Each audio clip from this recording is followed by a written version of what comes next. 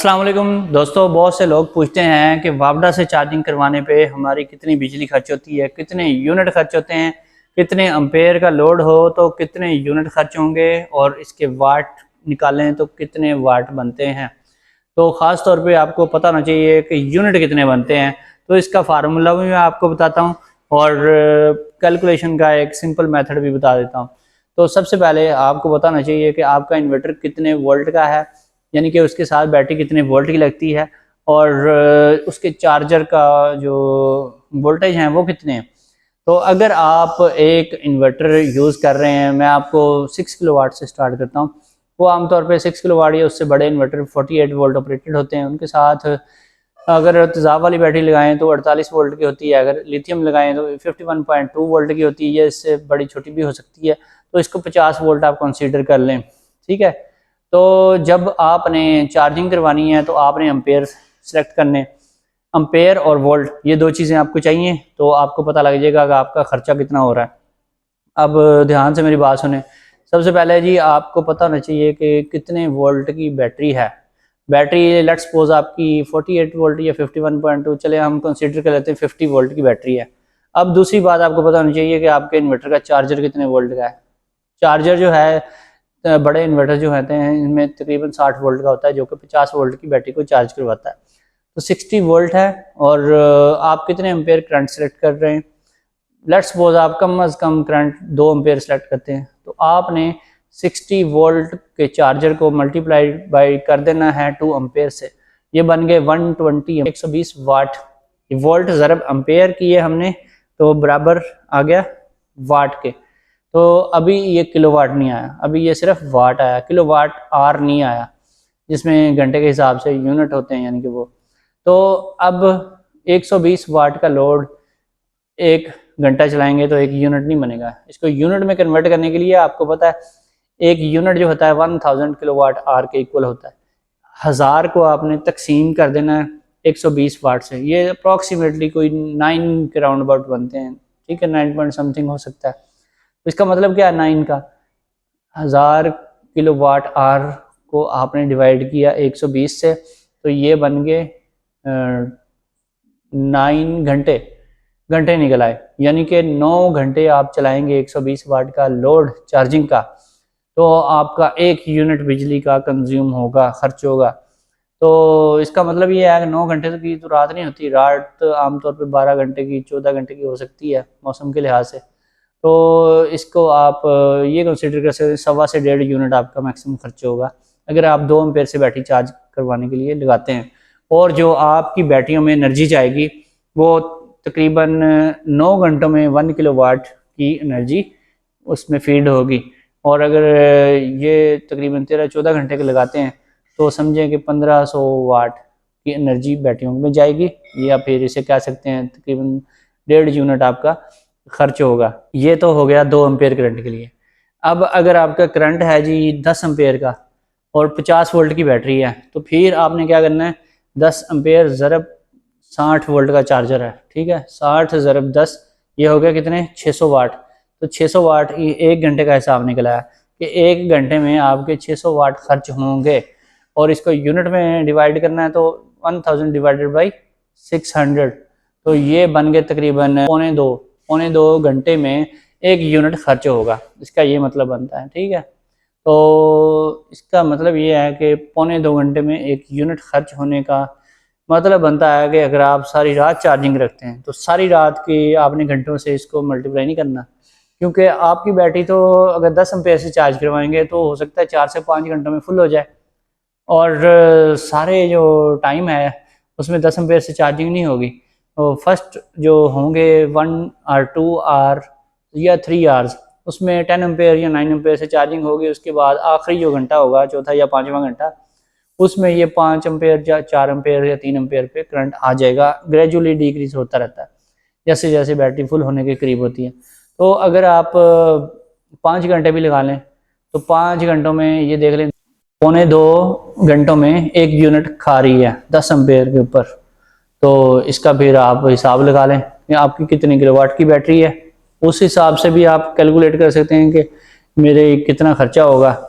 तो अगर वैसे एक रफ आइडिया आप लगाते हैं कि जी ये 1.25 यूनिट हो गए, ठीक है, 1.25 घंटों में 1 यूनिट हो गया, और ये 4 घंटों में, चले 2 घंटों में 1 यूनिट हो गया, तो 4 घंटों में ये हो गए जी 2 यूनिट, और 8 घंटों में हो गए 4 यूनिट, ठीक है। तो इस हिसाब से भी आप कैलकुलेशन कर सकते हैं। लेकिन एक आसान सा मेथड आपको बताता हूँ। अगर 5 किलोवाट की बैटरी है, ठीक है, कोई भी है, तो 5 किलोवाट को आपने, चार्जर आपका लोड ले रहा है कितना, 600 वाट हमने निकाला अभी, यानी कि 10 ampere multiplied 6 volt, 60 volt equal to 600 watt. आपने 5000 वाट की बैटरी है 5 किलोवाट की, तो अगर हम 5000 को डिवाइड करें 600 वाट से, जो कि हमारे चार्जर का लोड है, तो ये बन जाते हैं अप्रोक्सीमेटली कोई 8 घंटे। 8 घंटों में यानी कि आपकी जो बैटरी है 10 एम्पेयर करंट से अगर चार्ज करवा रहे हैं तो 8 घंटों में वो फुल हो जाएगी, ठीक है। तो ये एक सिंपल सा फार्मूला मैंने आपको बता दिया कि जितने वाट की बैटरी है उसको डिवाइड कर देना चार्जर के लोड से, तो ये 1 घंटे निकल आएंगे, 8 घंटों में बैटरी होगी फुल। अब 5 किलोवाट की बैटरी है, दूसरी चीज भी आपको बता देता हूँ। 5 किलोवाट की बैटरी मतलब ये है कि 5 यूनिट वो खाएगी एक दफा, 0 से 100% पे जाने पे वो कितनी लेगी, 5000 वाट या 5 यूनिट वो खर्च करेगी अगर बिल्कुल खाली बैटरी है तो इसी तरीके से आप कैलकुलेशन कर सकते हैं 12 वोल्ट सिस्टम की, 24 वोल्ट के सिस्टम की भी। तो अगर आप 12 वोल्ट का सिस्टम है आपके पास, तो फिर आपने क्या करना है, 15 वोल्ट का चार्जर होता है उसमें, 15 से 16 वोल्ट का, ठीक है। और अम्पेयर देखने हैं कितने अम्पेयर से चार्जिंग करवा रहे हैं।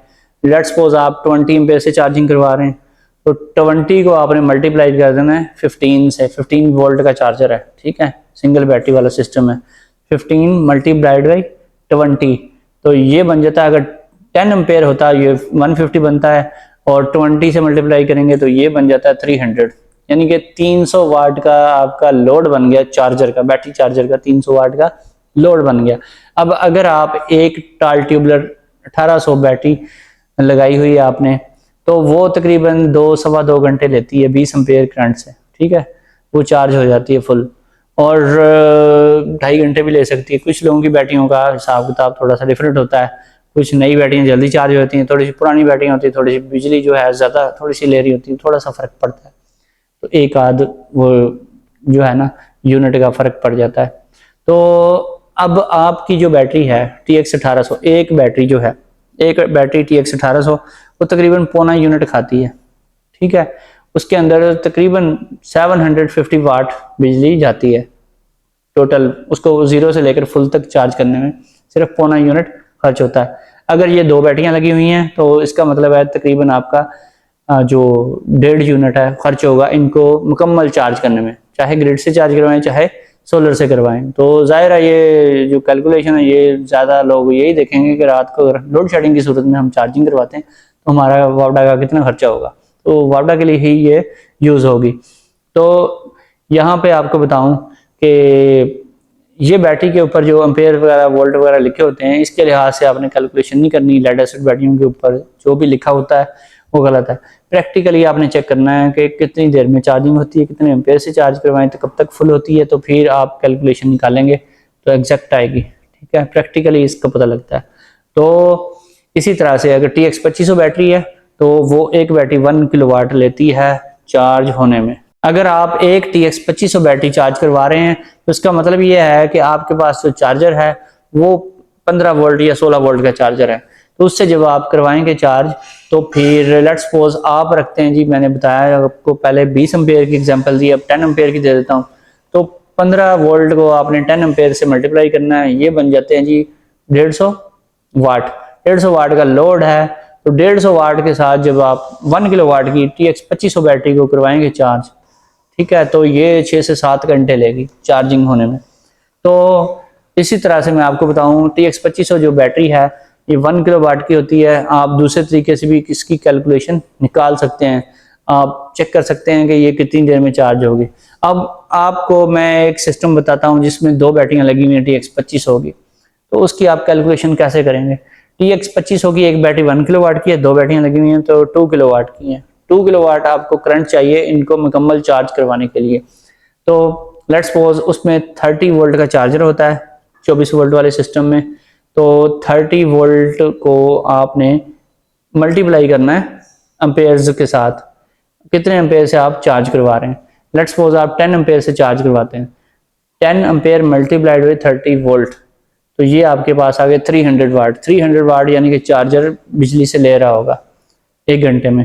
अब आपने 2 बैटरियां चार्ज करवानी है, ठीक है, आपकी 2 किलोवाट की 2 बैटरियां हैं जो आपने 300 वाट के चार्जर से चार्ज करवानी है।